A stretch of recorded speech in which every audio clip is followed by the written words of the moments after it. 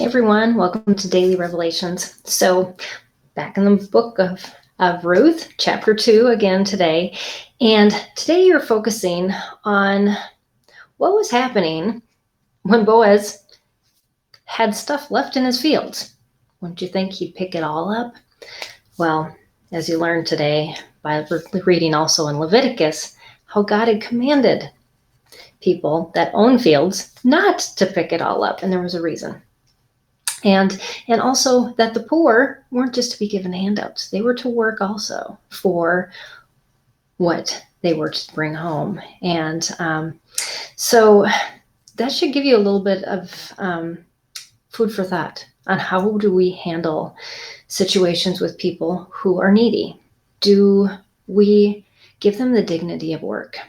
And then do we treat them equally, or do we take advantage of that? Those are the two sides of that coin. And oftentimes our greed, our power, our pride will push us into places of sinfulness when we deal with those who are needy, instead of really seeing them as just other human beings who are in a place that requires that we have compassion, but also that we see them in a situation where we could also be. And in a turn of events tomorrow.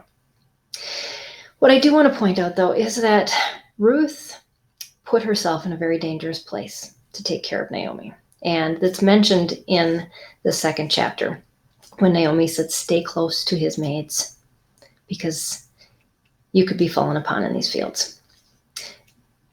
It was a dangerous work, what she had put herself out to do. And oftentimes we forget that God sometimes calls us to places that are dangerous so that we can show his light in places that it might not be seen. And we can contradict the culture that we are called into. And I don't know what was going on in that culture, but if the Jewish people were fearing, maybe it was somebody from the outside of the different tribes and nations that were outside of Judea, or maybe it was their own people. I don't know what was going on. It doesn't state that. But what we do know is that they were vulnerable when they put themselves out in these big fields.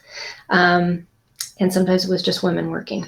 And so Ruth knew the danger that was involved, and yet she put herself out there anyways to provide for her mother-in-law, like we talked about yesterday, to find favor with someone, and just to do what needed to be done to encourage her mother-in-law and to take up this new lifestyle that she had accepted to take up in moving to a different country. So think about that as God may be whispering into your ear, I want you to go here, and you're saying, oh no, that is not a place for me. Pray about that. If God has given you peace in your heart, no matter what the danger is, he will be with you through it. Doesn't mean that he'll remove the danger, but he will walk through it with you, and you'll be under the shadow of his wing. And really, that is the safest place to be, whether the world calls that safe or not. So be encouraged. Thanks for joining me on Daily Revelations. I will see you again next time. Bye, everybody.